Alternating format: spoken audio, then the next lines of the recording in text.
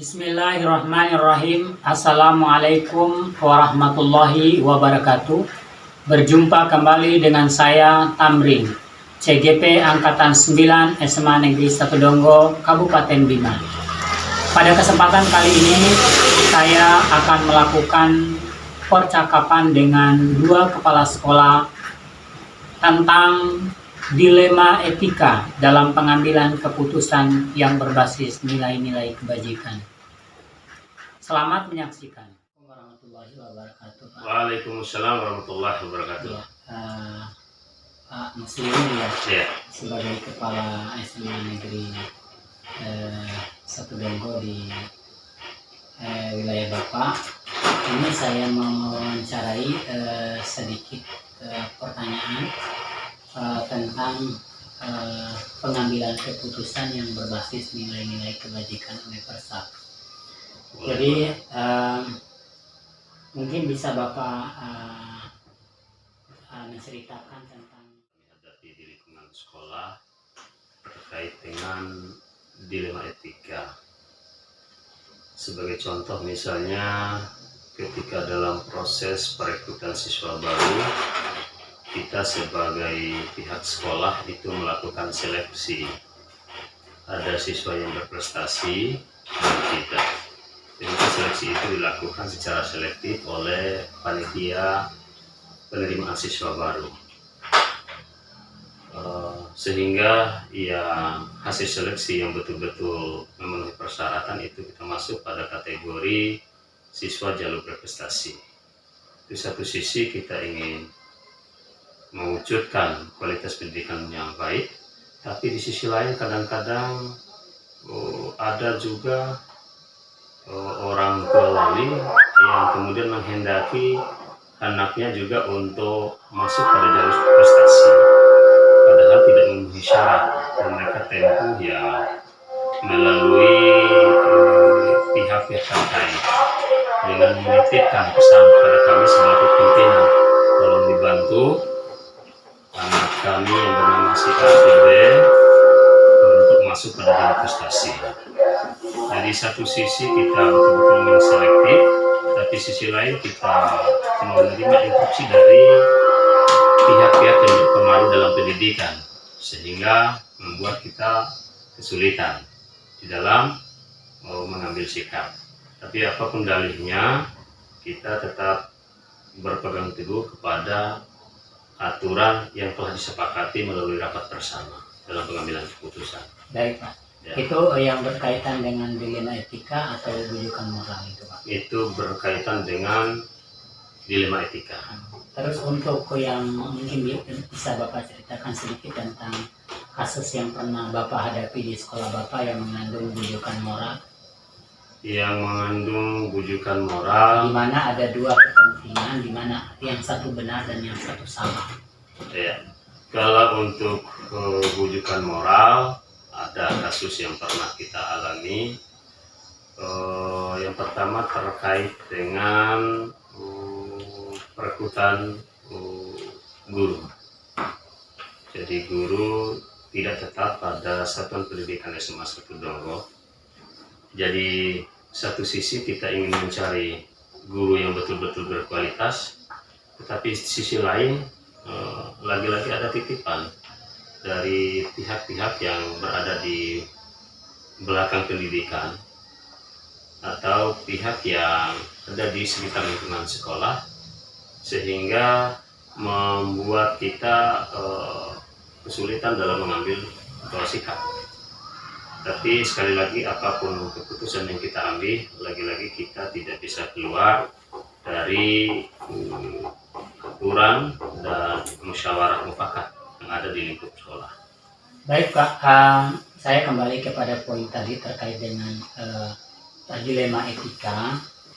Kira-kira dalam menghadapi dua permasalahan yang ini yang sama-sama benar, yang mungkin sangat sulit diambil keputusan, tapi mau tidak mau ya kita harus ambil sebagai seorang pemimpin. Nah, kira-kira langkah-langkah apa saja yang mungkin bisa Bapak lakukan? Yang pasti langkah yang akan kita lakukan adalah pertama kita akan mengadakan rapat, karena sebaik-baik keputusan itu keputusan yang kita ambil melalui musyawarah mufakat. Kemudian yang kedua adalah kita harus mengikuti aturan mainnya. Jadi kita harus punya dasar hukum. Jadi ketika ada permasalahan, kita merujuk pada dasar hukum yang kuat. Jadi kita tidak boleh mengambil keputusan yang akan melawan aturan yang lebih tinggi. Dalam melakukan pengambilan keputusan itu Pak, kira-kira mungkin ada tantangan atau rintangan mungkin yang Bapak hadapi? Yang jelas ada.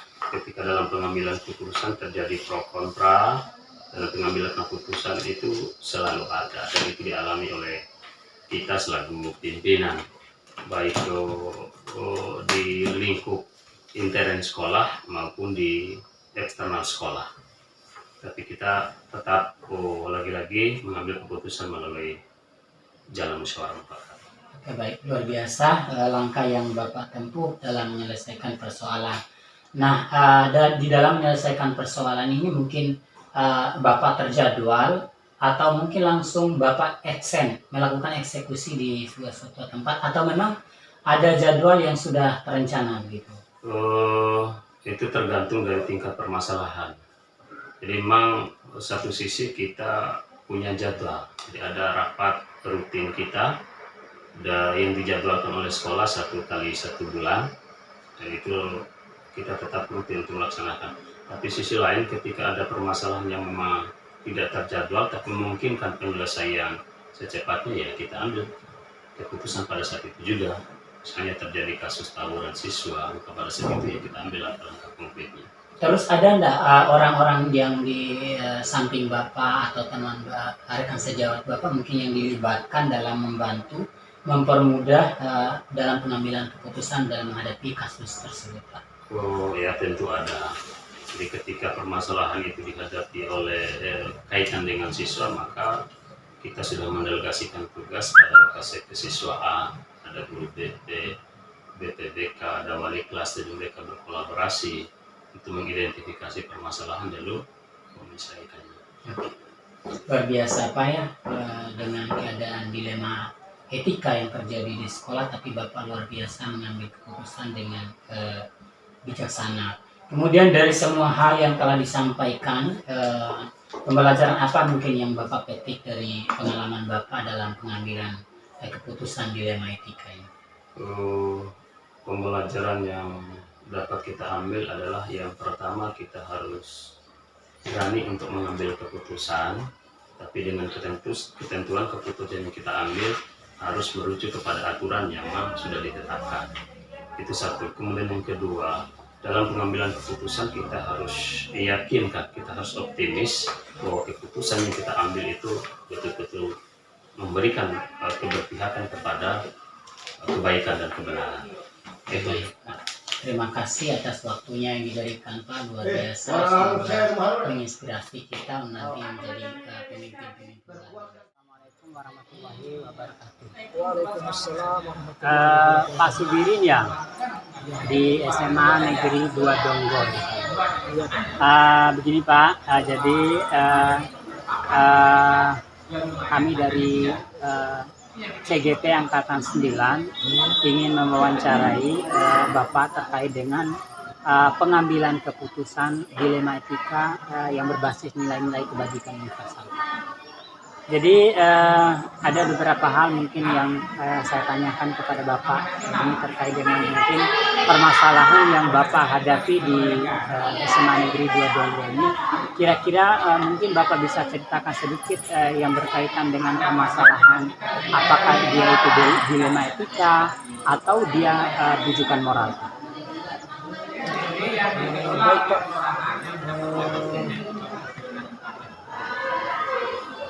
permasalahan yang kita hadapi di SMA Negeri 2 Donggol ini yang mengandung nilai dilema etika baru-baru saya hadapi Pak, yaitu adanya komplain para dewan guru dengan jadwal mata pelajaran yang berbeda.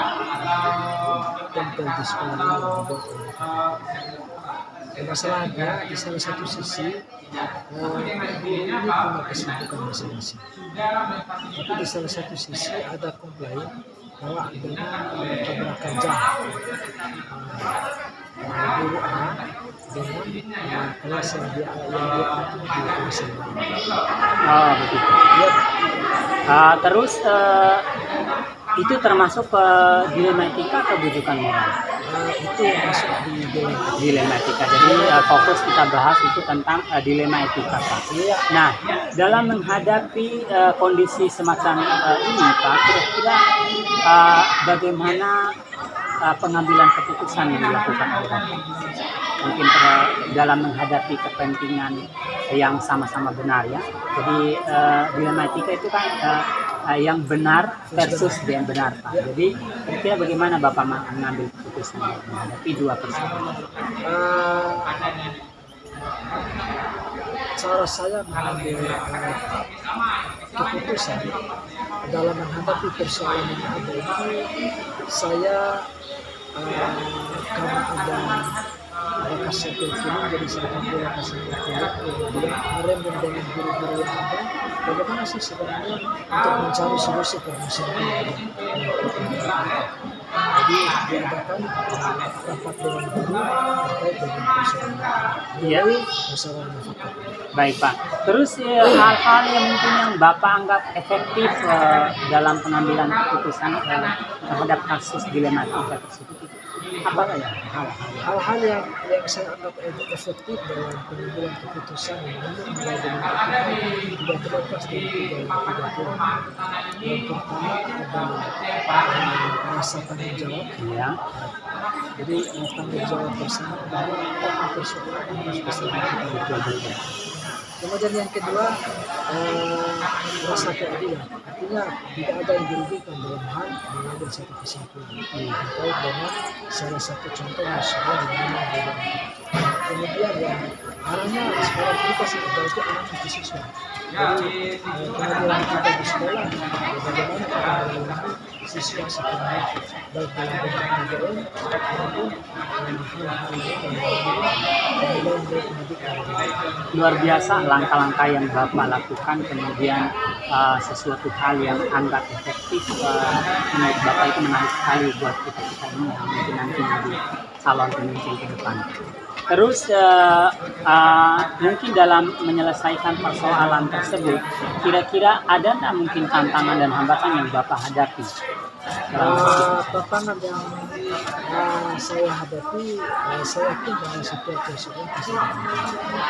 Satu persoalan dan permasalahan itu pasti ada. Tapi tantangan itu jangan dijadikan sebagai beban kita. Selama persoalan itu pasti ada solusi dan penyelesaian. Jadi tantangan yang saya hadapi terkait dengan persoalan itu, salah satunya adalah ada kelemahan dari Bapak Ibu dan maksudnya jadwal dibuat kemudian seperti itu. Nah, terus dalam menyelesaikan persoalan itu, Pak, mungkin ketika Bapak melihat persoalan, apakah nanti penyelesaiannya dijadwalkan atau memang langsung Bapak melakukan action atau tindakan dalam pengambilan keputusan di tempat tersebut? Dalam hal ini tentu saya punya kadar persoalan. Kalau persoalannya bersifat biasa, berarti secepatnya saya pengambilan keputusan. Tapi kalau persoalannya bisa tapi menurut saya alangkah lebih cepat kita ada persoalan. Kalau terjadwal ya kita nanti dari kadar persoalan. Luar biasa ini prosedur yang Bapak lakukan dalam pengambilan keputusan. Jadi melihat sikon, Pak, ya, situasi dan kondisi. Nah, dalam menghadapi permasalahan ini, kira-kira mungkin Bapak bisa ceritakan tentang ada enggak teman-teman Bapak atau yang melibatkan diri dalam pengambilan keputusan? Kalau saya ceritakan, justru setiap persoalan pasti ada solusi. jadi solusi terbaik yang kita harapkan. Saya libatkan semua unsur elemen yang ada di seperti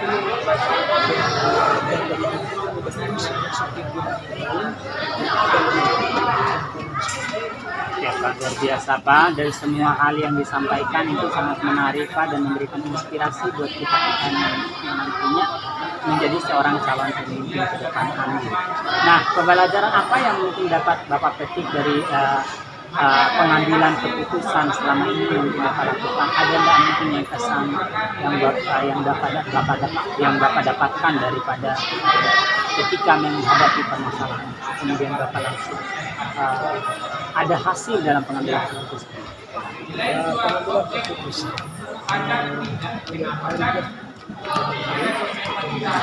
yang pertama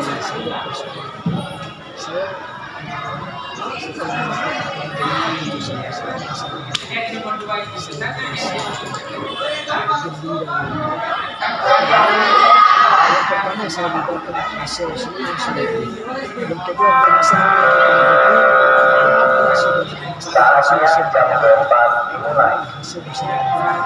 Baik, luar biasa Pak, terima kasih atas kesempatan yang diluangkan untuk kami ini sebagai subjek yang akan 9 dalam wawancara Bapak mengamati persoalan-persoalan yang dihadapi supaya tidak bisa dijadikan sebagai rujukan. Terima kasih.